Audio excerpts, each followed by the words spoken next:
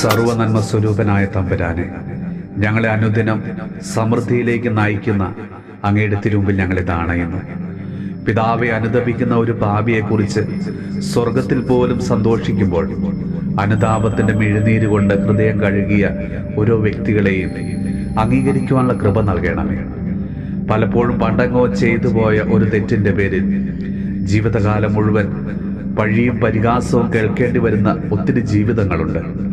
പിന്നീട് എത്ര നന്മ ചെയ്താലും നീ പണ്ട് അങ്ങനെ ചെയ്തതല്ലേ, എന്നിട്ടിപ്പോൾ നല്ലവനാണെന്ന് ഭാവിക്കുകയാണോ എന്ന് പറഞ്ഞ് കുറ്റപ്പെടുത്തുന്ന, വാക്കുകളാൽ മുറിപ്പെടുത്തുന്നവരും മുറിവേൽപ്പിക്കുന്നവരും ഞങ്ങളുടെ ചുറ്റുമുണ്ട്.